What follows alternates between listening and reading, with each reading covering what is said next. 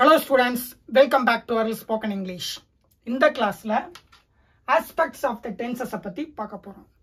நம்ம ஏற்கனவே 12 tenses பார்த்துட்டோம். அதாவது present tenseல 4 பார்த்துட்டோம், past tenseல 4 பார்த்துட்டோம், future tenseல 4 பார்த்துட்டோம். அந்த 4 இருக்கு பாருங்க. அதுவே aspects தான். நமக்கு aspects பத்தி ஓரளவுக்கு நல்ல knowledge இருக்கும். ஆனா அந்த knowledge போதுமான்னு கேட்டா பத்தாது. நம்ம டென்சஸை ஈஸியாக கிரியேட் பண்ணணும் அப்படின்னா ரொம்ப சரளமாக பேசுறதுக்கு தேவைப்படுது. அப்போ அந்த டென்சஸை வந்து பார்த்தீங்கன்னா அந்த அஸ்பெக்ட்ஸை தெளிவாக புரிஞ்சுக்கிட்டாதான் டென்சஸை நம்ம ஈஸியாக பேச முடியும். ஏன்னா 12 டென்சஸ்னாவே 12 அஸ்பெக்ட்ஸ் தான். ஓகே, அதனால இந்த கிளாஸ் ஓகே ஃபஸ்ட்டு நம்ம வந்து என்னென்ன அஸ்பெக்ட்ஸ் பார்த்தோம் அப்படின்னு சொல்லி பார்த்தோம்னா சிம்பிள் அஸ்பெக்ட்ஸ் பார்த்தோம், ரெண்டாவது கண்டினியூஸ் பார்த்தோம், மூணாவது பெர்ஃபெக்ட் பார்த்தோம். அதாவது பெர்ஃபெக்ட் டென்ஸ்னு சொல்லி பார்த்துருப்போம். அந்த பெர்ஃபெக்ட் டென்ஸே என்ன அப்படின்னா பெர்ஃபெக்ட் அஸ்பெக்ட் தான். ஓகே, நாலாவது perfect continuous. Okay, perfect simple continuous perfect perfect continuous இந்த 4 அஸ்பெக்ட்ஸ் வந்து பார்த்தீங்கன்னா நமக்கு இருக்குது, ஆங்கிலத்தில் இருக்கு. அப்போ இந்த அஸ்பெக்ட்ஸை வந்து பார்த்தீங்கன்னா கிரியேட் பண்ணுறதுக்கு நம்ம ரொம்ப டீப்பான நாலேஜ் இருந்தால் மட்டும்தான் செய்ய முடியும். இல்லைன்னா நமக்கு இதன் மீது குழப்பம் இருந்துக்கிட்டே இருக்கும். நமக்கு புரிஞ்ச மாதிரி இருக்கும், புரியாத மாதிரியும் இருக்கும். ஓகே, இப்போ இந்த 4 அஸ்பெக்ட்ஸை ஃபஸ்ட்டு தமிழில் எப்படி கிரியேட் பண்ணுறோம் அப்படின்னு சொல்லி பார்க்க போகிறோம். நான் ஏற்கனவே உங்களுக்கு சொல்லியிருக்கேன் தமிழுக்கு ஆங்கிலத்தை படிக்கக்கூடாது அப்படின்னு சொல்லி. ஆனால் அதே நேரத்தில் சில விஷயங்கள் தமிழை வச்சு புரிஞ்சுக்கலாம். ஆனால் தமிழுக்கு ஆங்கிலம் அப்படி தான் இருக்கணும்னு சொல்லி எதிர்பார்க்கக்கூடாது. ஓகே, நமக்கு ஏற்கனவே தெரிஞ்ச ஒரு லாங்குவேஜை வச்சு அந்த லாங்குவேஜை புரிஞ்சுக்க முடியுமான்னு சொல்லி ட்ரை பண்ணலாம். ஆனால் தமிழுக்கு இப்போ இங்கே இருக்கிற ஒரு விஷயமே அங்கே கண்டிப்பாக இருக்கணும் அப்படின்னு சொல்லிலாம் எதிர்பார்க்கக்கூடாது. ஓகே, ஏன்னா ஒவ்வொரு லாங்குவேஜும் ஒவ்வொரு கிராமர் படி இயங்கக்கூடியது. அதே நேரத்தில் சில விஷயங்களை புரிஞ்சுக்க வந்து நம்ம லாங்குவேஜை யூஸ் பண்ணிக்கலாம், அவ்வளோதான். அப்போ புரியலை அப்படின்னு சொன்னால் அதை அப்படியே விட்டுறணும். ஏன்னா இங்கே இருக்கிற விஷயம் அங்கே இல்லை அப்படின்னு சொல்லி அர்த்தம். அதை அப்படியே ஓரம் கட்டிட்டு அங்கே என்ன இருக்கோ அதன் போக்கில் புரிஞ்சுக்க ஆரம்பிச்சிடணும். ஓகே, இப்போ நம்ம வந்து பார்த்தீங்கன்னா 4 அஸ்பெக்ட்ஸையும் தமிழில் எப்படி கிரியேட் பண்ணோம் அப்படின்னு சொல்லி பார்க்க போகிறோம். சிம்பிள் பார்த்தீங்கன்னா நான் படிக்கிறேன் அப்படின்னு சொல்லி பார்த்தோம். சிம்பிள்னா என்னது? இது வந்து சிம்பிள் ப்ரெசன்ட். ஓகே, இது அதுக்கு அடுத்து பார்த்தீங்கன்னா கண்டினியூஸ். கண்டினியூஸ் என்ன பார்த்தோம்? நான் படித்து கொண்டிருக்கிறேன் அப்படின்னு சொல்லி பார்த்தோம். ஓகே, அதுக்கு அடுத்து பார்த்தீங்கன்னா பெர்ஃபெக்ட். பெர்ஃபெக்ட் என்ன பார்த்தோம்? நான் படித்திருக்கிறேன். அதுக்கடுத்து என்ன அப்படின்னா பெர்ஃபெக்ட் கண்டினியூஸ். இது என்ன? நான் படித்து கொண்டே இருக்கிறேன், படித்து கொண்டே இருக்கிறேன். இதுதான் பெர்ஃபெக்ட் கண்டினியூஸ். இப்போ நம்ம இந்த அஸ்பெக்ட்ஸை புரிஞ்சுக்கிறதுக்கு ரொம்ப டீப்பாக புரிஞ்சுக்கிறதுக்கு என்ன பண்ணுறோம்னா அஸ்பெக்ட்ஸ்னா என்ன அப்படின்னு சொல்லி இந்த விஷயங்களை உள்ளே உடைச்சு பார்க்க போகிறோம். இதை உடைக்க முடியுமா அப்படின்னு சொல்லி பார்த்தோம்னா நமக்கு தேவை கிடையாது. ஏன்னா இதில் ஒரே ஒரு ஆக்ஷன் தான் இருக்குது, ரொம்ப simple. Okay, I right, I dance, I speak, இதெல்லாம் சிம்பிளாக இருக்கும். அதனால ஒரே ஒரு ஆக்ஷன் தான், அதனால நமக்கு தேவை கிடையாது. ஆனால் இதை பார்த்தோம் அப்படின்னா 2 ஆக்ஷன் இருக்குது. அதாவது படிக்கிறேங்கிற ஒரு ஆக்ஷன், இருக்கிறேங்கிற ஒரு ஆக்ஷன். ஸோ 2 ஆக்ஷன் இருக்குது.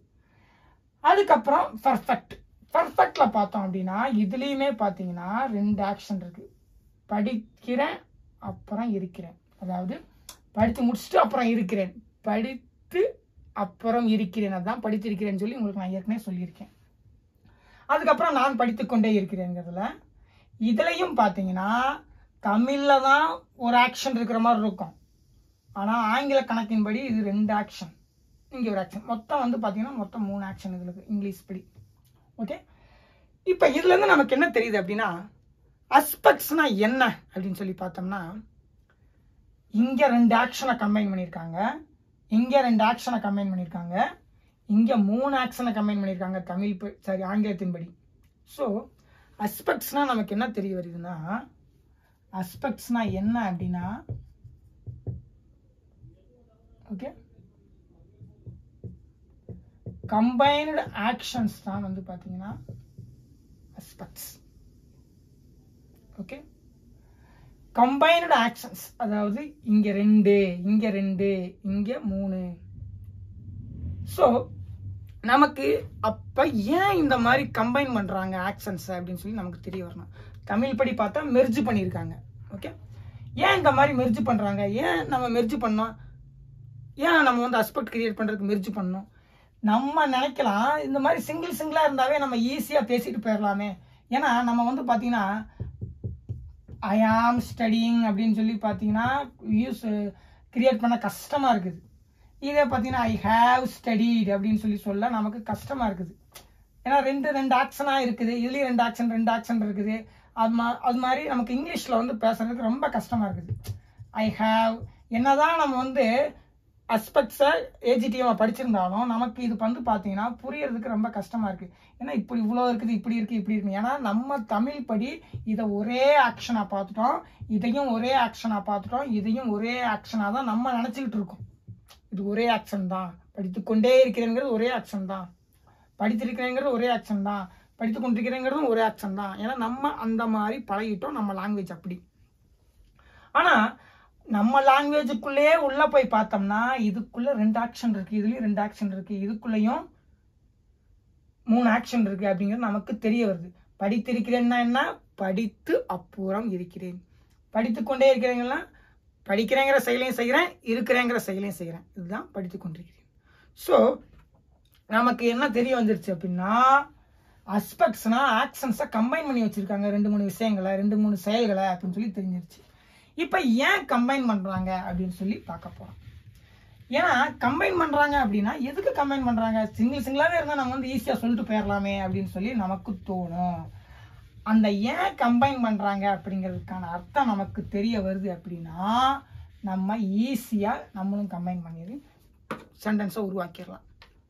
இப்ப நான் படிக்கிறேன் அப்படின்னு சிம்பிளா ஒரு விஷயத்த சொல்லும்போது, நான் படிக்கிறேன், நான் வருகிறேன் அப்படின்னு சொல்லி சொல்லும்போது அங்க ஒரே ஒரு ஆக்ஷன் தான் இருக்குது. அதனால அந்த மாதிரி விஷயங்களை, அந்த மாதிரி ஆக்ஷன்ஸை நம்ம ஈஸியா நம்மளும் கிரியேட் பண்ணி பேசிட முடியும். I come, I came, I read, I read, அவ்வளோதான். இது ஒன்றும் பெரிய விஷயம் கிடையாது. ஆனால் நமக்கு எப்போ கஷ்டங்கள் உருவாகுது அப்படின்னா 2 ஆக்ஷன் 3 ஆக்ஷன் இந்த மாதிரி கம்பைன் பண்ணும்போது நமக்கு ஒன்றும் புரியறதில்ல.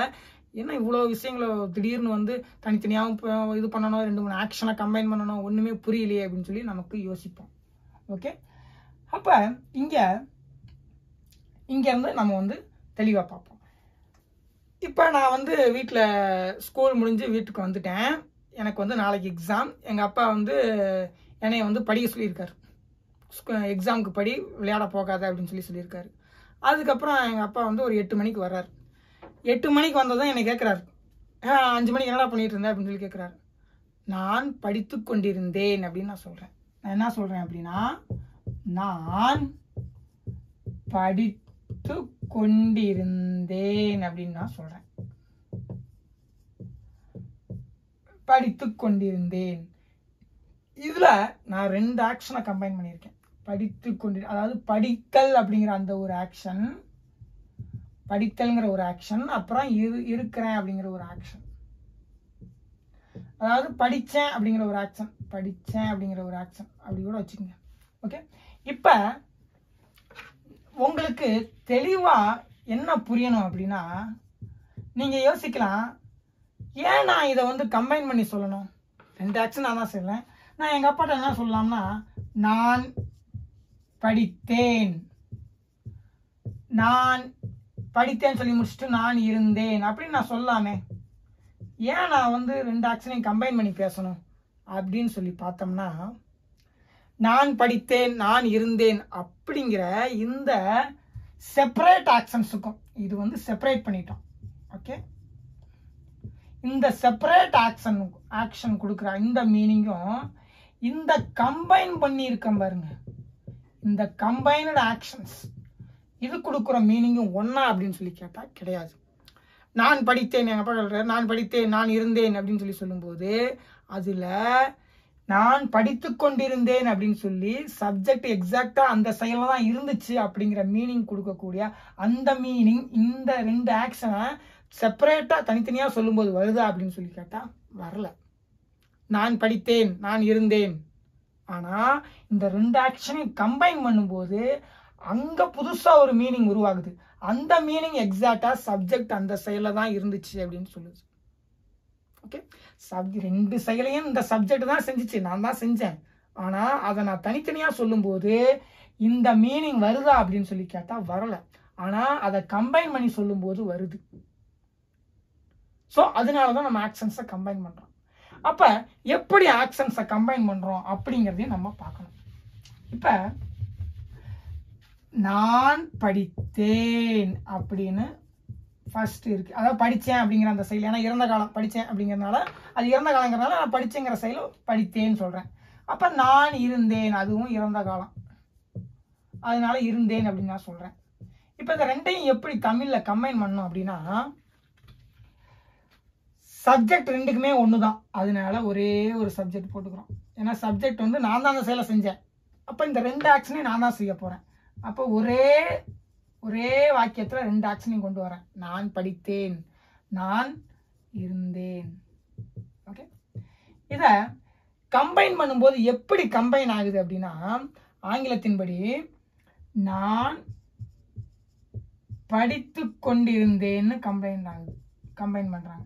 சரி, எப்படி இது வந்து படித்தேன் இருந்தேங்கிறது படித்து கொண்டிருந்தேன்னு சொல்லி மாறிச்சு அப்படின்னு சொல்லி பார்த்தோம்னா நான் படித்தேன் அப்படிங்கிற அந்த செயல் செஞ்ச அதே நேரத்துல தான் இருந்தேன் அப்படிங்கிற அந்த செயலையும் செஞ்சேன். ஓகே, நான் படித்தேன் அப்படிங்கிற அந்த செயல் செஞ்ச நேரத்துல தான், நான் படித்தல் அப்படிங்கிற அந்த செயல் செஞ்ச நேரத்துல தான் இருந்தேன் அப்படிங்கிற அந்த செயலையும் செஞ்சேன். அதனால நான் கம்பைன் பண்ணும்போது அந்த மாதிரி தான் என்னால மீனிங் கொண்டு வர முடியும். நான் படித்து கொண்டிருந்தேன், ரெண்டு செயலும் அட் அ டைம்ல செஞ்சேன் அப்படின்னு சொல்லி சொல்றேன். ஓகே, ஸோ ரெண்டு செயலும் அட் அ டைம்ல செஞ்சேன் அப்படிங்கிற அந்த மீனிங் தான் என்னால கொண்டு வர முடியும். ஸோ நான் படித்து கொண்டிருந்தேன்.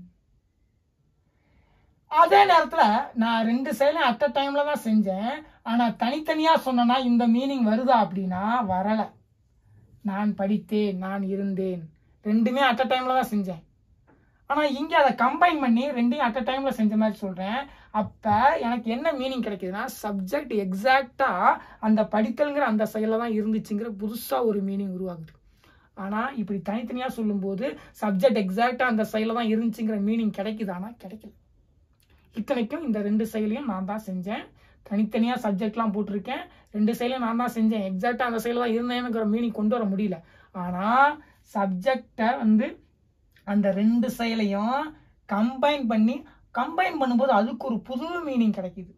ஸோ ரெண்டு ஆக்ஷனை கம்பைன் பண்ணும்போது ரெண்டு ஆக்ஷனும் கம்பைன் ஆகி அதுக்கு ஒரு புது மீனிங் கிடைக்குது. அந்த மீனிங் என்ன சொல்லுதுன்னா சப்ஜெக்ட் எக்ஸாக்டா அந்த செயல தான் இருந்துச்சுங்கிற மீனிங் கிடைக்குது. அப்ப இந்த படித்தேன் அப்படிங்கிற செயலும் இருந்தேங்கிற செயலோட காலம் என்ன அப்படின்னா ரெண்டுமே ஒரே டைம் தான். ஆனாலும் இப்படி சொல்லும்போது எனக்கு அந்த சப்ஜெக்ட் எக்ஸாக்டா அந்த செயல தான் இருந்துச்சுங்கிற மீனிங் கிடைக்கல. நான் படித்தேன், நான் இருந்தேன், இதுல அந்த மீனிங் கிடைக்கல. ஆனா நான் படித்து கொண்டிருந்தேன்னு கம்பைன் பண்ணும்போது சப்ஜெக்ட் எக்ஸாக்டா அந்த செயல தான் இருந்துச்சுங்கிற மீனிங் கிடைக்குது. அதனாலதான் இந்த இருந்தேன் இந்த படித்தேனே நம்ம மெர்ஜ் பண்ணிடுறோம், மெர்ஜ் பண்ணி அந்த மீனிங் எடுக்கிறோம். ஓகே, ஏன் நம்ம அஸ்பெக்டுக்கு ஆக்ஷன்ஸை கம்பைன் பண்றோம்னா ஆக்ஷன்ஸை கம்பைன் பண்ணும்போது ஒரு புது விதமான மீனிங் கிடைக்குது. ரெண்டு ஆக்ஷன்ஸையும் கம்பைன் பண்ணும்போது, அதை தனித்தனியா சொல்லும் போது கிடைக்கிறது கிடையாது. ஓகே, அதனாலதான் ஆக்ஷன்ஸை நம்ம கம்பைன் பண்றோம். இப்ப உங்களுக்கு தெரிஞ்சிருச்சு. இப்ப நான் இருக்கிறேன், நான் எழுதுகிறேன் அப்படிங்கறதுல தனித்தனியா சொல்லும் போது சப்ஜெக்ட் எக்ஸாக்டா எழுதி கொண்டிருக்கான்னு என்னால சொல்ல முடியல. நான் இருக்கிறேன், நான் எழுதுகிறேன், ஆனால் ரெண்டு ஆக்ஷனையும் கம்பைன் பண்ணி சொல்லும்போது நான் எழுதி கொண்டு இருக்கிறேன்னு சப்ஜெக்ட் எக்ஸாக்டாக அந்த செயலில் இருக்குது அப்படிங்கிற அந்த மீனிங் கிடச்சிரும். அதனால தான் நம்ம என்ன பண்ணுறோம்னா ஐ ஆம் ரைட்டிங்னு சப்ஜெக்டை வந்து ஒரே சென்டென்ஸில் சொல்கிறோம். சப்ஜெக்ட் அந்த ரெண்டு ஆக்ஷனையும் ஒரே சென்டென்ஸில் சொல்லும்போது அந்த ஆக்ஷன்ஸ் வந்து கம்பைன் ஆகுது. தமிழில் எப்படி கம்பைன் ஆகுதுன்னா மெர்ஜ் ஆகுது. ஆனால் ஆங்கிலத்தின்படி எல்லாத்தையும் அவங்க தனித்தனியாக தான் பார்ப்பாங்க. என்ன தனித்தனியாக பார்ப்பாங்க அப்படின்னா அவங்க தெளிவாக எல்லா, அதாவது நவுன் 8 பார்ட்ஸ் ஆஃப் ஸ்பீச் இருக்கு பாருங்க. பார்ட்ஸ் ஆஃப் ஸ்பீச் எத்தனை? 8. Noun, pronoun, adjective, verb, adverb, அதுக்கப்புறம் preposition, அப்புறம் conjunction, அதுக்கப்புறம் interjection. இந்த 8 வார்த்தைகளையும் அவங்க தனித்தனியாக தான் எழுதுவாங்க. அதனால தான் நமக்கு நம்ம தமிழில் வந்து பார்த்தீங்கன்னா ஆக்ஷன்ஸை வந்து மெர்ஜ் பண்ணி ஒரே வார்த்தையாக சொல்கிறோம். அவங்க வந்து பார்த்தீங்கன்னா ஈஸியாக நமக்கு புரியுது. ஐ ஆம் ரைட்டிங் அப்படின்னு சொல்லும்போது அவங்க இது ஒரு ஆக்ஷன் வெர்பு தான், அதுக்காக வெர்பை ஒன்றா சேர்த்துக்க மாட்டாங்க. ஏன்னா ரெண்டுமே வேற ஆக்ஷன். அப்போ அதையும் அவங்க தனித்தனியாக தான் பார்க்குறாங்க. டு யூ அப்படிங்கிறதுல டு அப்படிங்கிற ப்ரிபோசிஷனை தனியாக தான் பார்க்குறாங்க. அந்த ப்ரிபோசிஷனோட ஆப்ஜெக்டான யூவையும் தனியாக தான் அவங்க பார்க்குறாங்க. ஏன்னா அந்த லாங்குவேஜ் அப்படி தான் ஃபங்க்ஷன் ஆகுது. புரியுதுங்களா உங்களுக்கு? ஓகே, அந்த லாங்குவேஜோட தன்மை அதுதான். எல்லா வார்த்தைகளையும் தனித்தனியாக தான் அவங்க எழுதுவாங்க.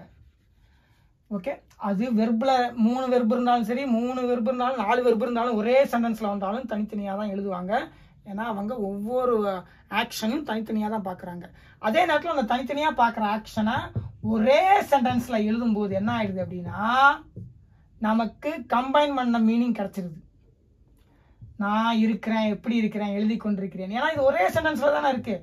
இப்போ ஐ ஆம் சொல்லிட்டு 2-3 வார்த்தைகளை பேசி முடிச்சுட்டு அதுக்கப்புறம் ரைட்டிங் சொன்னாதான் என்ன ஆகிடும்னா அதுக்கு சம்மந்தம்லேன்னு ஆகிடும்.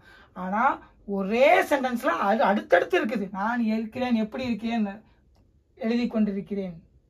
அப்போ இந்த மாதிரி தான் அவங்களால கம்பைன் பண்ண முடியும். அவங்க இந்த மாதிரி கம்பைன் பண்ணுறாங்க. ஓகே, உங்களுக்கு தெளிவாக புரிஞ்சிருக்கும்னு நினைக்கிறேன் ஏன் வந்து இதை கம்பைன் பண்ணுறாங்கன்னு. இப்போ அதுக்கடுத்து தெளிவாக புரியணும்னா பர்ஃபெக்ட் டென்ஸை எப்படி கம்பைன் பண்ணுறாங்க அப்படின்னு சொல்லி உங்களுக்கு தெளிவாக தெரியணும். அப்போ தான் வந்து பார்த்தீங்கன்னா உங்களுக்கு அஸ்பெக்ட்ஸ் மேலே இருக்கிற அந்த ஒரு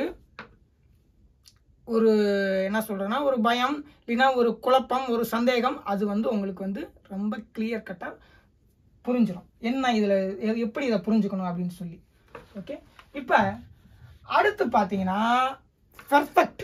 இந்த பர்ஃபெக்ட்லேயும் எத்தனை ஆக்ஷனை கம்பைன் பண்ணுறாங்க அப்படின்னா இந்த அஸ்பெக்டை கிரியேட் பண்ணுறதுக்கு 2 ஆக்ஷனை கம்பைன் பண்ணுறாங்க. பர்ஃபெக்ட்டுக்கு எத்தனை ஆக்ஷன் கம்பைன் பண்ணுறாங்க? 2 ஆக்ஷன்ஸை கம்பைன் பண்ணி பர்ஃபெக்ட் டென்ஸ் உருவாக்குறாங்க. இந்த பர்ஃபெக்ட் டென்ஸில் கண்டினியூஸ் டென்ஸில் 2 ஆக்ஷனுமே அட் அ டைமில் நடக்கணும். 2 ஆக்ஷனுமே ஒரே டைமில் தான் நடக்கணும். நான் எழுதி கொண்டிருக்கிறேங்கிற எழுதுறேங்கிற அந்த செயலும் ஒரே நேரத்தில் தான் நடக்குது. இருக்கிறேங்கிற அந்த செயலும் ஒரே நேரத்தில் தான் நடக்குது. நான் படித்து கொண்டிருந்தேங்கிற அந்த நேரத்தில் படித்தேங்கிற அந்த செயலும் ஒரே நேரத்தில் நடந்துச்சு. இருந்தேங்கிற செயலும் ஒரே நேரத்தில் தான் நடந்துச்சு. ஓகே, இது கண்டினியூஸ் டென்ஸ். ஆனால் பர்ஃபெக்ட் டென்ஸில் பார்த்தீங்கன்னா ஒரு ஆக்ஷன் முன்னாடியே நடந்துடும். ஃபர்ஸ்ட் ஆக்ஷன் வந்து பார்த்தீங்கன்னா பிஃபோராக நடந்துடும். 2வது ஆக்ஷன் பின்னாடி தான் நடக்கும். ஓகே, லேட்டர்னு போட்டுப்போம். அப்போ தான் உங்களுக்கு புரியும். ஸோ 2 ஆக்ஷன் பர்ஃபெக்ட் அஸ்பெக்டில் 2 ஆக்ஷன். ஃபர்ஸ்ட் ஆக்ஷன் வந்து பிஃபோரு, பின்னாடி 2வது ஆக்ஷன் லேட்டராக நடக்கும். இதை எப்படி கம்பைன் பண்ணுறது அப்படின்னு சொல்லி நம்ம பார்க்க போகிறோம். இப்போ இந்த பர்ஃபெக்ட் ஆக்ஷன்ஸை அஸ்பெக்டை புரிஞ்சுக்கணும் அப்படின்னா அதுக்கு ஒரு சின்ன எக்ஸாம்பிள் பார்ப்போம். இப்போ எங்கள் அப்பா வந்து வீட்டில் இருக்கிறாரு.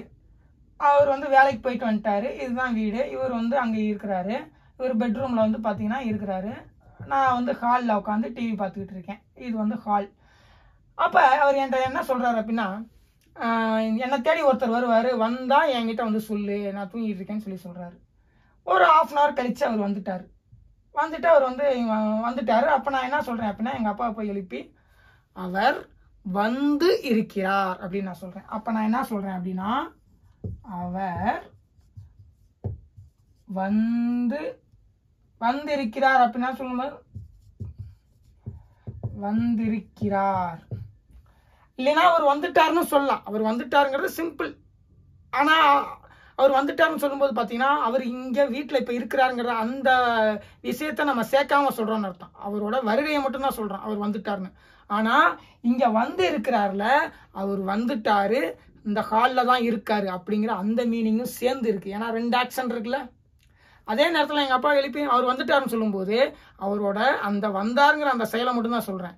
ஆனால் வந்திருக்கிறாருன்னு சொல்லும்போது அவர் வந்து ஹாலில் இருக்கிறார் அப்படிங்கிற அந்த மீனிங்கும் சேர்ந்து இருக்கு. வேணா 2 ஆக்ஷன் நான் கம்பைன் பண்ணியிருக்கேன். இப்போ நீங்கள் யோசிக்கலாம், இந்த வந்து இருக்கிறார் அப்படிங்கிறதுல அதே நேரத்தில் நம்ம தமிழில் இன்னொன்று சொல்லுவோம், அதாவது பேச்சு தமிழில் வந்துட்டார் அப்படின்னு நம்ம சொல்லுவோம். வந்தார் வேற, வந்துட்டார் வேற. வந்தார்னா அது வந்து டோட்டலாக பாஸ்ட் டென்ஸ், அந்த செயல் முடிஞ்சு போனதை மட்டும் சொல்கிறேன். ஆனால் வந்துட்டாருங்கிறதுல இது என்ன இருக்குது அப்படின்னா, வந்து இருக்கிறார் அப்படிங்கிறதா மீனிங் இருக்குது. அவர் வந்துட்டார் அப்படின்னு சொல்லும்போது அவர் வந்து இருக்கிறார், அதுதான் வந்துட்டார். அவர் வந்துட்டார், கண் மாதிரி தெரியுது வந்துட்டார், அவர் வந்துட்டார்.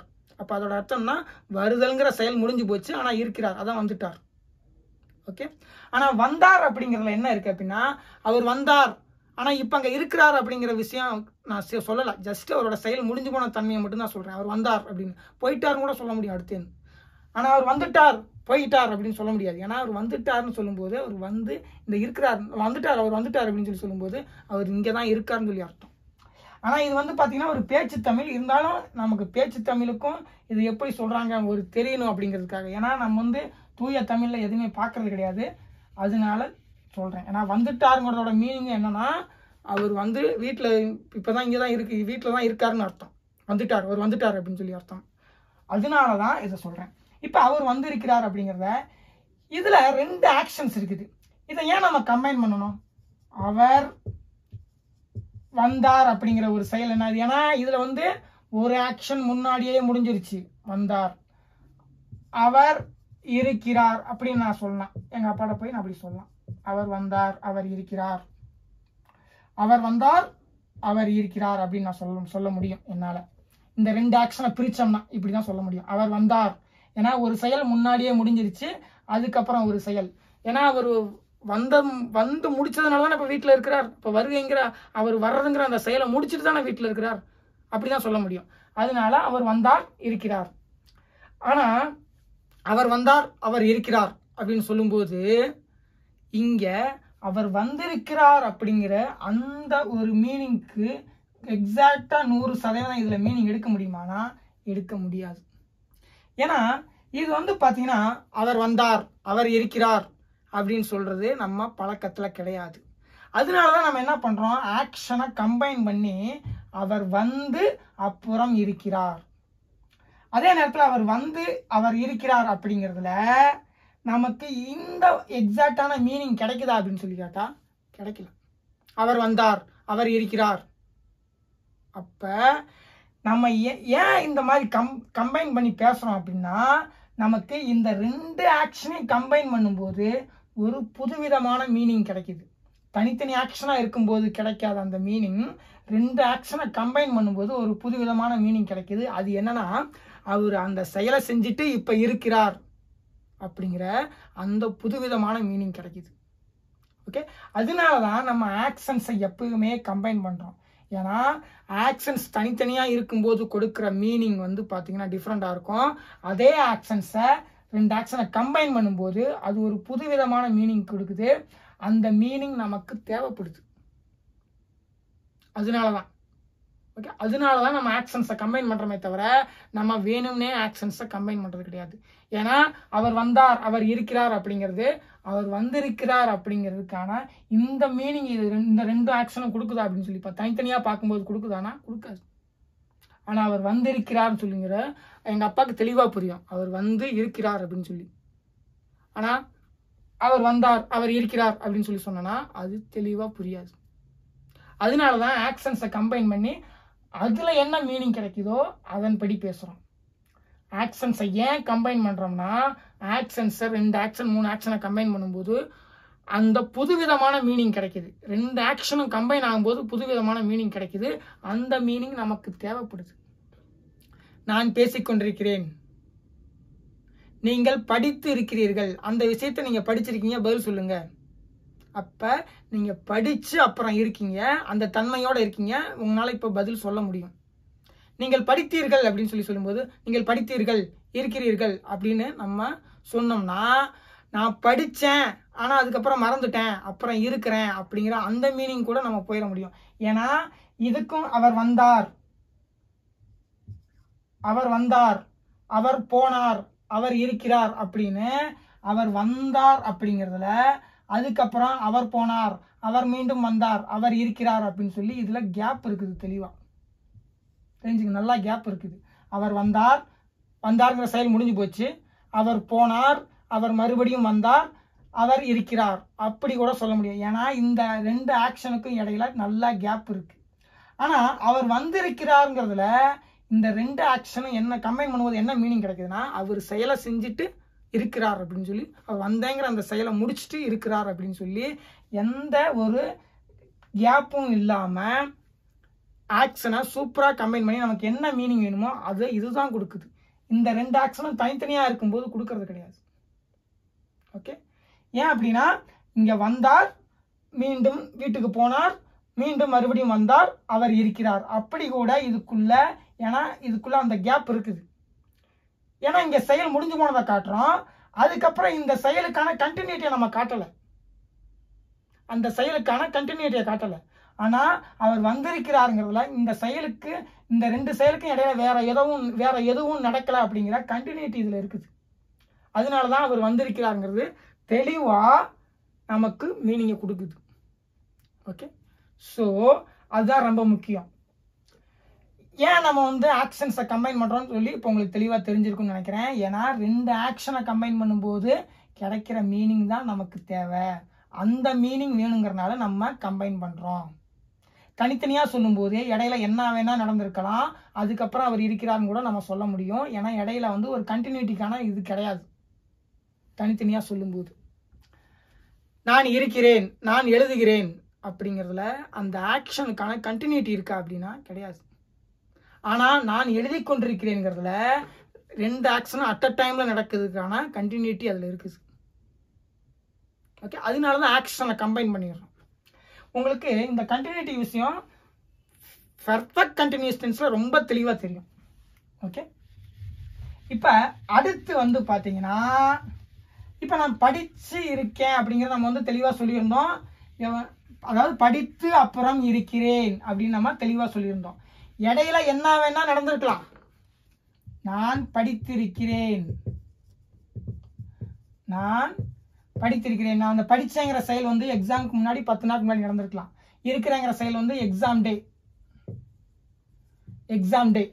ஓகே, இது பாத்தீங்கன்னா 10 days ago.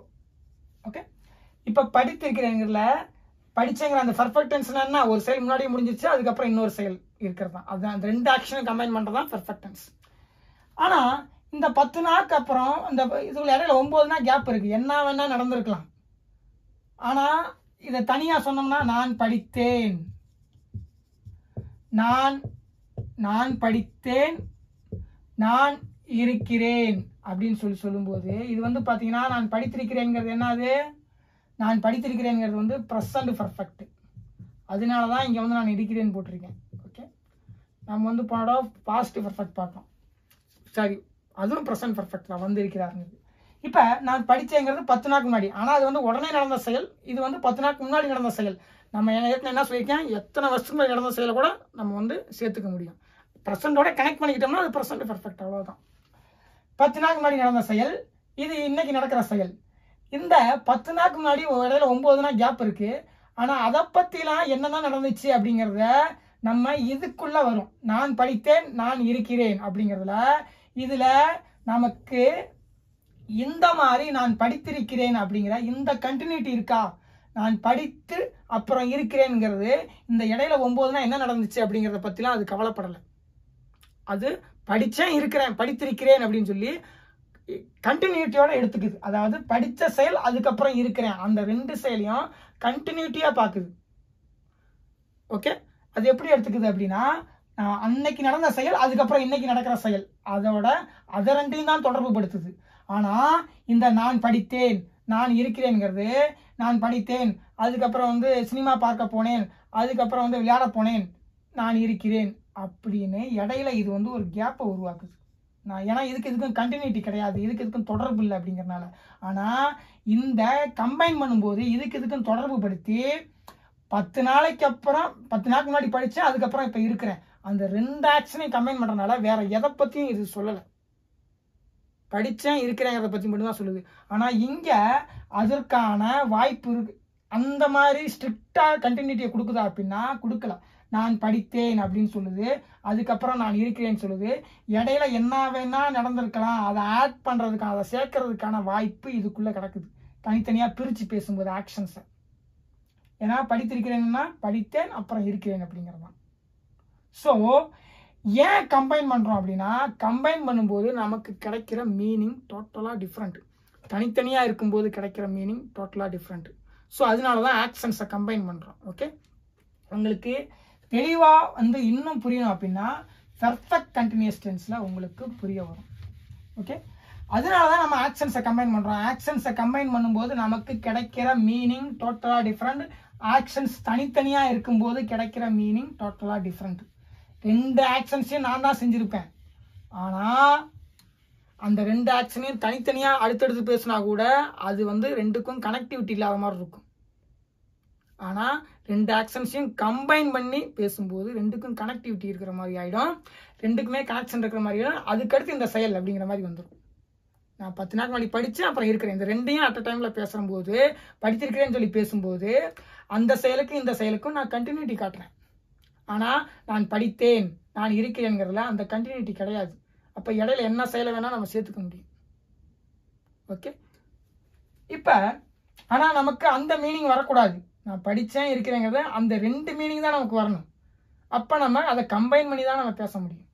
ஓகே, இப்போ பெர்ஃபெக்ட் கண்டினியூஸ் டென்ஸில் இப்போ பார்த்தீங்கன்னா சூப்பர் ஸ்டார் ரஜினிகாந்த் ஒரு 45 வருஷமா நடிச்சிட்டு இருக்காரு. ஓகே, அப்போ நம்ம என்ன சொல்லலாம் அப்படின்னா super star Rajinikanth has been acting for 45 years. 45 வருஷமா நடிச்சிட்டு இருக்காரு. ஓகே, இதுல நீங்க எத்தனை ஆக்ஷனை பார்க்கலாம் அப்படின்னு சொல்லி பார்த்தோம்னா 1 2 3 விதமான ஆக்ஷன்ஸ் இங்க இருக்குது. ஓகே, 3 விதமான ஆக்ஷன்ஸ். இதை நம்ம கம்பைன் பண்ணியிருக்கோம். 3 ஆக்ஷனையும் நம்ம கம்பைன் பண்ணியிருக்கோம். இதை கம்பைன் பண்ணாம அதாவது அஸ்பெக்ட் உருவாக்காம தனித்தனியா சொன்னோம்னா என்ன ஆகுது அப்படின்னு சொல்லி பார்க்கலாம். இப்போ ரஜினி அவர்கள் பார்த்தீங்கன்னா 75ல நடிக்கிறார். 1975ல நடித்தார். ஓகே, அப்புறம் 90லயும் நடித்தார். 95 வச்சுப்போம். அவரோட மாபெரும் வெற்றி படமான பாட்ஷா ரிலீஸ் ஆச்சு, நடித்தார். ஓகே, அதுக்கப்புறம் பார்த்தீங்கன்னா இப்போ 2024 அதுலேயும் இப்போ நடிக்கிறார் அப்படின்னு சொல்லி விட்டுருவோம். ஓகே, நடிக்கிறார். அப்போ இந்த நம்ம 3 ஆக்ஷன் இருக்குல்ல, இதில் 3 ஆக்ஷன் இருக்கு. ஏன்னா 75லேருந்து இப்போ 2024 வரைக்கும் நம்ம சொல்லும்போது அப்போ 3 ஆக்ஷன் நம்ம சொல்லும்போது இந்த மாதிரி 3 டைம் எடுத்துக்கலாம். 3 ஏன்னா 3 தடவை நம்ம ஆக்ஷன் சொல்லணும். 3 தடவையும் அந்த அவர் செஞ்ச செயலை நம்ம சொல்கிறோம். அதனால நம்ம 3 வருஷம் எடுத்துக்கிறோம். அப்போ இந்த மாதிரி அந்த கனெக்ஷன் இல்லாத மாதிரி அவர் நான் படித்தேன் நான் இருக்கிறேன் இந்த மாதிரி 2 ஆக்ஷனுக்கும் தொடர்பே இல்லாத மாதிரி தனித்தனியாக பிரித்து பேசுகிறோம். அந்த மாதிரி இந்த 3 இதையும் நம்ம தனித்தனியாக பிரிச்சுக்கிறோம். இதுக்கும் தொடர்பு இல்லை, இதுக்கும் தொடர்பு இல்லை. ஓகே, அப்போ அவர் 75 நடித்தார், 95 நடித்தார், 2024 நடிக்கிறார் அப்படின்னு சொல்லி சொல்லும்போது நமக்கு இதில் கண்டினியூட்டி கொண்டு வர முடியுதா அப்படின்னு சொல்லி பார்த்தோம்னா கொண்டு வர முடியல. இதில் கண்டினியூட்டி இருக்கான்னு சொல்லி கேட்டால் கிடையாது. 75 நடித்தார் 95 நடித்தார் சொல்லும்போது இடையில அவர் நடித்தாரா நடிக்கலையா அப்படிங்கிறது நமக்கு தெரியல. அதே மாதிரி 95 நடிச்சார், 2024 நடிக்கிறார் போது இடையில நடிச்சாரா நடிக்கலையாங்கிறத பத்தி இங்க டீடைல்ஸ் கிடையாது. அப்ப நடிக்காம இருந்திருக்கலாம், நடிச்சும் இருந்திருக்கலாம். அதே நேரத்துல இந்த மூணு காலகட்டங்களையும் அவர் செஞ்ச செயலை கம்பைன் பண்ணும்போது நமக்கு என்ன மீனிங் கிடைச்சிடும் அப்படின்னா, அவரு தொடர்ந்து நடித்து கொண்டே இருக்கிறார் அப்படின்னு சொல்லி 1975 இருந்து 2024 வரைக்கும் தொடர்ந்து அந்த கண்டினியூ. ஏன்னா 3 செயலையும் கம்பைன் பண்ணிடுறோம்ல, அப்ப கம்பைன் பண்ணும்போது he has been acting for 45 years சொல்லி நம்ம நடித்து கொண்டே இருக்கிறார். 75 நடித்தார், 95 நடித்தார், 2024 நடிக்கிறார் அப்படின்னு சொல்லும்போது நமக்கு இடையில இருக்கிற வருஷம்லாம் நடிச்சாரா நடிக்கிறான்னு சொல்லி தெரியாத ஒரு சூழ்நிலை உருவாயிடுது. ஆனா இந்த 3 ஆக்ஷனையும் கம்பைன் பண்ணோம்னா நமக்கு என்ன ஆயிடுது அப்படின்னா, 75 இருந்து 2024 நடித்துக்கொண்டே இருக்கிறான்னு சொல்லும்போது நமக்கு இந்த வருஷம் இடையில இருக்கிற காலகட்டங்களையும் அவர் நடிச்சார் அப்படிங்கிற மீனிங் தான் நமக்கு கிடைக்குது. காலை 8 மணியிலிருந்து 12 மணி வரை படித்துக்கொண்டே இருக்கிறேன்னு சொல்லும்போது தான் 9 மணிக்கும் படித்தேன், 10 மணிக்கும் படித்தேன், 11 மணிக்கும் படித்தேன், 12 மணிக்கும் படித்தேங்கிற மீனிங் கிடைக்கும். அதே 8 மணிக்கு படித்தேன், 9 மணிக்கு படித்தேன், 10 மணிக்கு படித்தேன், 11 மணிக்கு படித்தேன், 12 மணிக்கு படித்தேன்னு சொல்லும்போது அப்போ 12 மணிக்கு படித்தா 11 மணிக்கு படித்தா அப்போ 11:05க்கு படிச்சியா, 11:10க்கு படித்தா, 11:30க்கு படித்தாங்கிறதுக்கான டீட்டெயில் கிடையாது. அதே நேரத்தில் 8 மணிலேருந்து 12 மணி வரை படித்துக்கொண்டே இருக்கிறேன் அப்படின்னு அந்த 3 ஆக்ஷனையும் கம்பைன் பண்ணோம்னா கண்டினியூஸாக அந்த செயல் ப்ராக்ரஸ் ஆகிக்கிட்டு இருக்கு, கண்டினியூஸாக அந்த செயல் நடந்துகிட்டு இருக்கு. அந்த மீனிங் கம்பைன் பண்ணும்போது தான் நமக்கு கிடைக்கும். தனித்தனியாக ஒவ்வொரு ஆக்ஷனாக சொல்லும்போது கிடைக்காது. ஓகே, அதனால தான் நம்ம ஆக்ஷன்ஸை கம்பைன் பண்ணுறோம். ஓகே, ஏன் ஆக்ஷன்ஸை கம்பைன் பண்ணுறோம் அப்படின்னு சொல்லி இப்போ உங்களுக்கு டீப்பாக தெரிஞ்சிருக்கும். ஆனால் அஸ்பெக்ட்ஸில் பார்த்தீங்கன்னா இது மட்டும் கிடையாது, இன்னும் நிறையா விஷயங்கள் இருக்குது. ஏன்னா அஸ்பெக்ட்ஸ்னாவே நமக்கு ஒரு தெளிவான புரிதல் இருக்கணும். ஏன்னா நம்ம எந்த டென்ஸ் பேசினாலும் ஏதோ ஒரு அஸ்பெக்டில் தான் நம்ம பேசிகிட்டு இருப்போம். நம்ம நினைக்கலாம் நான் ப்ரெசன்ட் டென்ஸில் பேசுகிறேன், இந்த அஸ்பெக்ட் ஒன்றும் தேவை கிடையாது அப்படின்னு. ப்ரெசன்ட் டென்ஸ்லையும் ஏதோ ஒரு அஸ்பெக்ட் கண்டினியூஸாக பர்ஃபெக்டாக ஏதோ ஒரு அஸ்பெக்டில் தான் நம்ம பேசி ஆகணும். அப்போ அஸ்பெக்ட்ஸை பற்றி நமக்கு தெளிவாக தெரியணும். ஏன் அஸ்பெக்ட்ஸ் இருக்குது அப்படின்னா நமக்கு சிங்கிள் ஆக்ஷனாக சொல்லும்போது சில மீனிங்கள் கனெக்டிவிட்டி கண்டினியூட்டிலாம் கிடைக்கிறது கிடையாது. ஆக்ஷன்ஸை கம்பைன் பண்ணும்போது தான் நமக்கு அந்த மீனிங் கிடைக்குது. ஐ ஆம் ரைட்டிங்கில் 2 ஆக்ஷனை கம்பைன் பண்ணும்போது தான் சப்ஜெக்ட் எக்ஸாக்டாக அந்த சைடில் இருந்துகிட்டு இருக்குன்னு கிடைக்குது. ஓகே, வந்து இருக்கிறார்னு சொல்லும்போது தான் அவர் வந்தேங்கிற அந்த செயலை முடிச்சிட்டாரு, இப்போ வீட்டில் வெயிட் பண்ணிட்டு இருக்காரு அப்படின்னு சொல்லி தெரிய வருது. அவர் வந்தார், அவர் இருக்கிறாருங்கலாம் அந்த மீனிங் நமக்கு கிடைக்கல. ஓகே, அதே மாதிரி ரஜினிகாந்த் அவர்களோட 3 செயலை நம்ம தனித்தனியாக சொன்னோம்னா அவர் இடைப்பட்ட காலங்கள் அந்த தனித்தனியான இடைப்பட்ட காலங்களில் என்ன செஞ்சாருன்னு தெரிய வரல. ஆனால் ஆக்ஷனை கம்பைன் பண்ணும்போது தான் அங்கேருந்து இங்கே வரைக்கும் அந்த செயல் கண்டினியூவாக நடந்துகிட்டு இருக்குன்னு தெரிய வருது. அதனால தான் ஆக்ஷன்ஸை கம்பைன் பண்ணுறோம். ஓகே, அப்புறம் நம்ம பொதுவாக நம்ம என்ன நினைக்கிறோம் அப்படின்னா, இந்த அஸ்பெக்ட்ஸை கிரியேட் பண்ணும்போது இந்த மாதிரி have been doing, has been acting, அதுக்கப்புறம் will have been watching, இந்த மாதிரிலாம் நம்ம 2-3 வெர்ஸை பார்த்துட்டு பயந்துடுறோம். ஐயோ என்ன இவ்வளோ பெருசாக இருக்குது, இதை எப்படி தான் நம்ம எழுதுறது அப்படின்னு சொல்லி நம்ம பயந்துடுறோம். ஆனால் நீங்கள் நல்லா நோட் பண்ணிக்கணும், இந்த மாதிரி 2-3 ஆக்ஷன்ஸை கம்பைன் பண்ணும்போது எப்பவுமே ஃபர்ஸ்ட் ஆக்ஷனுக்கு வந்து காலம் உள்ள வினைச்சொற்களை தான் பயன்படுத்தணும். ஓகே, அப்போ இது வந்து பார்த்தீங்கன்னா உங்களுக்கு ஒரு தெளிவான புரிதல் கிடைக்கும். அதாவது நம்ம ஏற்கனவே பார்த்துருக்கோம், என்ன பார்த்துருக்கோம் அப்படின்னா நம்மக்கிட்ட எத்தனை விதமான வினைச்சொல் இருக்கு. நம்மகிட்ட பார்த்தீங்கன்னா ப்ரெசன்ட் இருக்குது, பாஸ்ட் இருக்கு, ப்ரெசன்ட் பார்ட்டிசிபிள் டு, அப்புறம் பாஸ்ட் பார்ட்டிசிபிள் அதாவது ப்ரெசன்ட் டென்ஸ் வெர்பு இருக்குது. ஓகே, அடுத்து பாஸ்ட் டென்ஸ் வெர்பு, அதுக்கு அடுத்து பார்த்தீங்கன்னா ப்ரெசன்ட் பார்ட்டிசிபிள் 1. ஆக்சுவலாக இதை வந்து பார்த்தீங்கன்னா இன்ஃபினிட்டிவ் அப்படின்னு சொல்லி சொல்லுவாங்க. உங்களுக்கு தேவைப்படும் போது இன்ஃபினிட்டியை பற்றி நானே சொல்லி தருவேன். ஏன்னா இப்போதைக்கு இப்படி மீனிங் வச்சுக்கோங்க, அதுதான் உங்களுக்கு ரொம்ப சிம்பிளாக புரியும் அப்படிங்கிறதுக்காக. இது வந்து பார்த்தீங்கன்னா பாஸ்ட் பார்ட்டிசிபிள். இது 2, இது 1. இது வந்து பார்த்தீங்கன்னா மாடல் ஆக்சிலரி.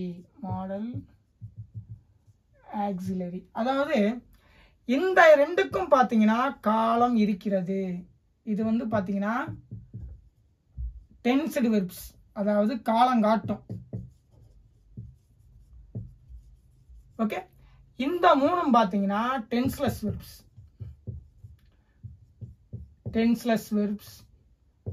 பார்ட்டிசிபிள் வெர்ப்ஸ், எப்படி வேணா சொல்லலாம்.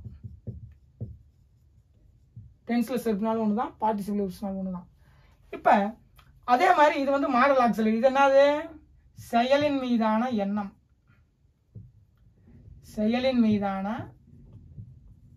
எண்ணங்கள், செயலின் மீதான எண்ணங்கள். ஓகே,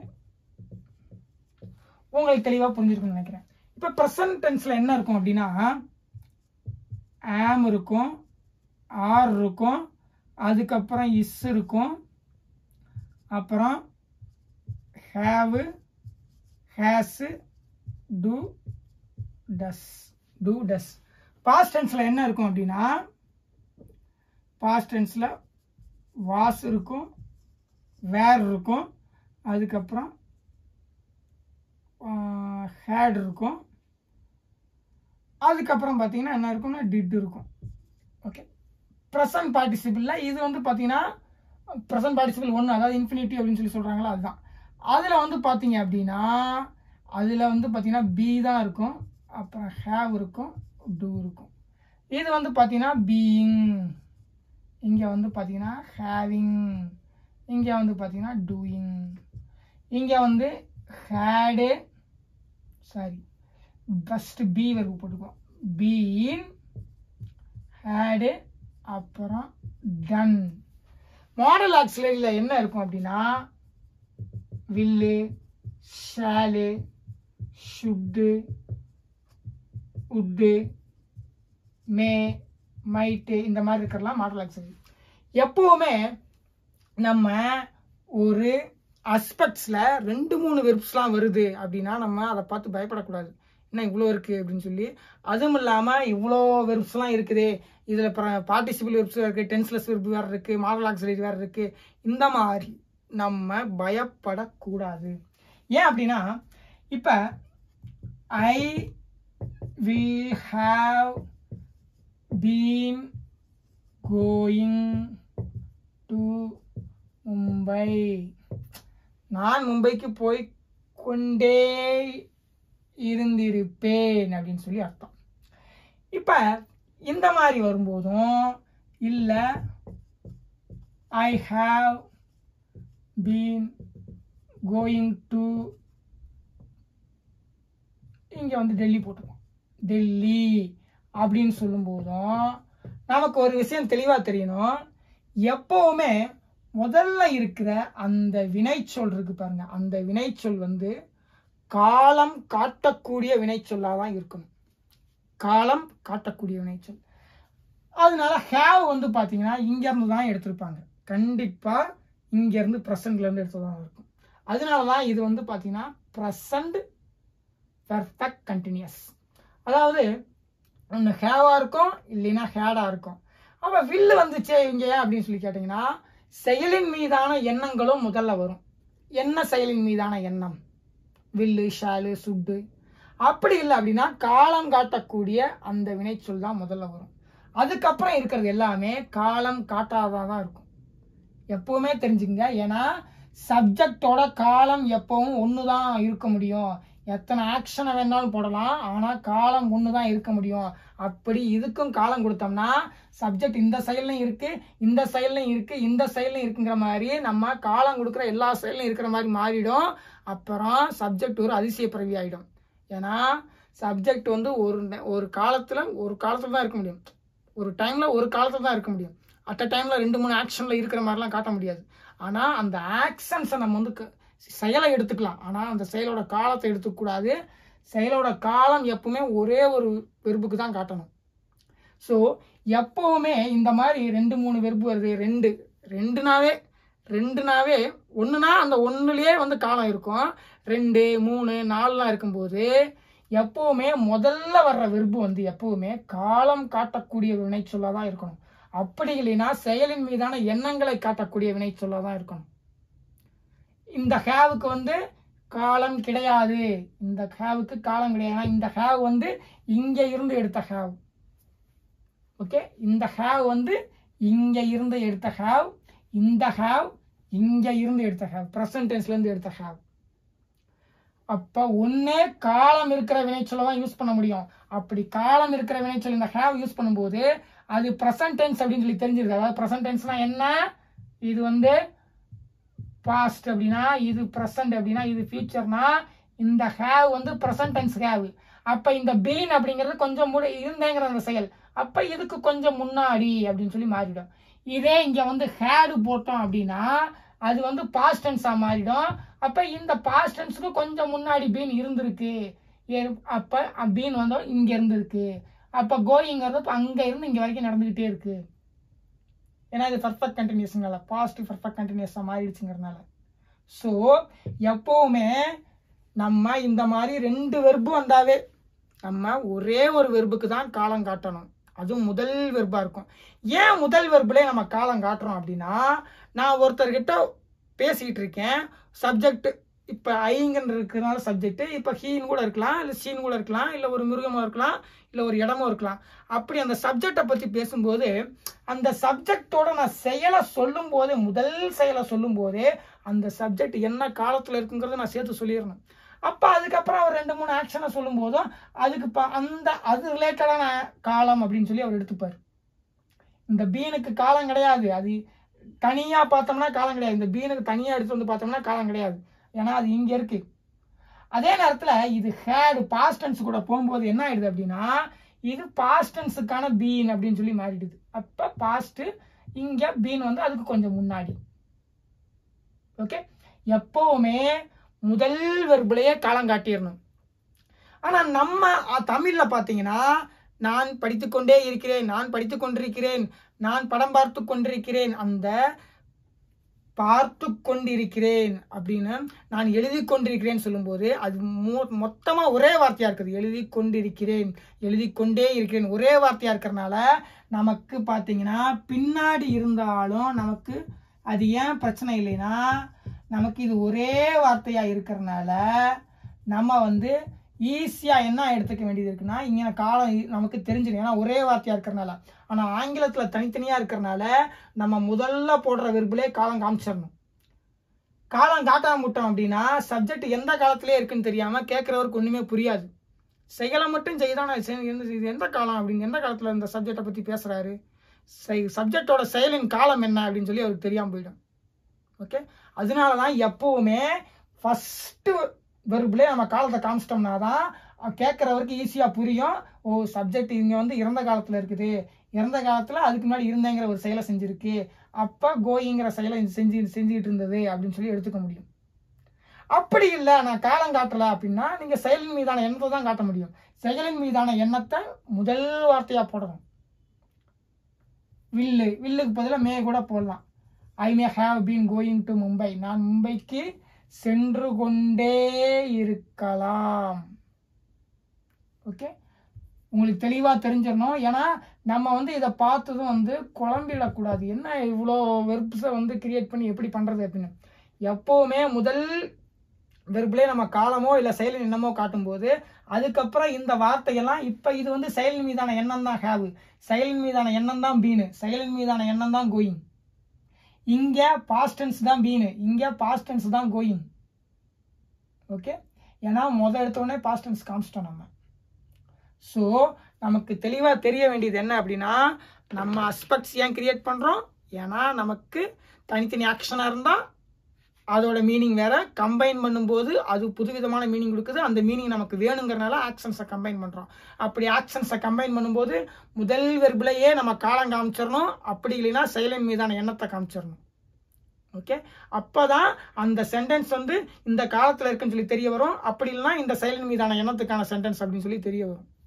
ஓகே, அது கேள்வி வாக்கியமா இருந்தா கூட நம்ம முதல்ல போடுற அந்த வார்த்தையிலேயே டிடின்ட் யூ கம், நீ வரவில்லையா அப்படின்னு சொல்லும்போது, ஏன் டிடின்ட்னு சொல்லி அங்க காலம் இருக்கக்கூடிய அந்த டிட் இங்க இருக்கு பாரு, ஏன் போடுறோம் அப்படின்னா அது எந்த காலத்துக்கான கேள்வி வாக்கியம்னு சொல்லி முதல்ல வெர்பிலே நமக்கு தெரிய வரணும்.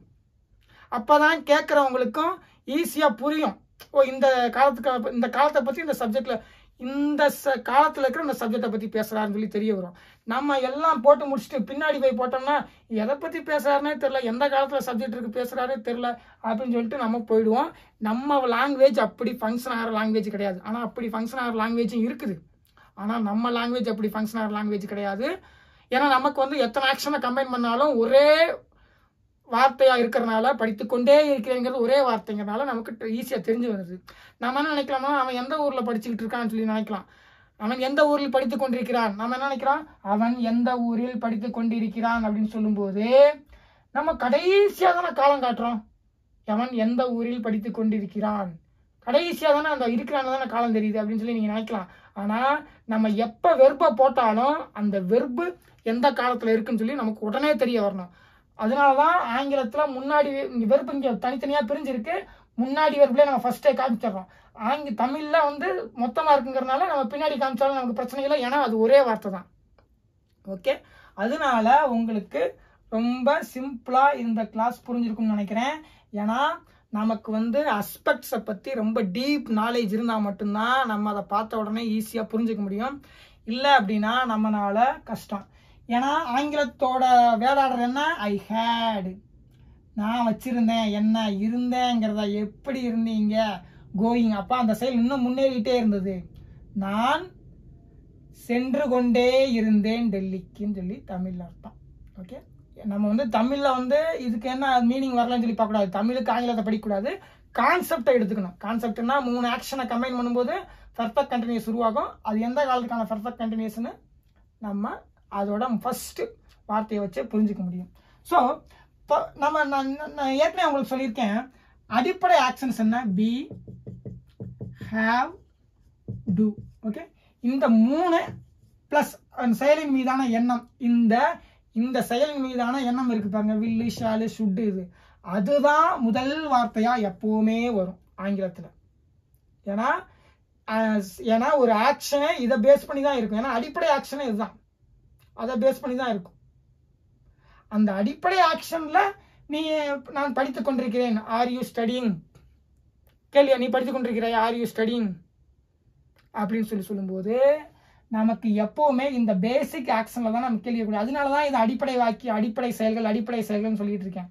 நீ படிக்கிறாயான்னு சொல்லி படிக்கிறாயாங்கிறத அந்த செயலின் மீது தான் நம்ம கேள்வி கேட்க முடியும்.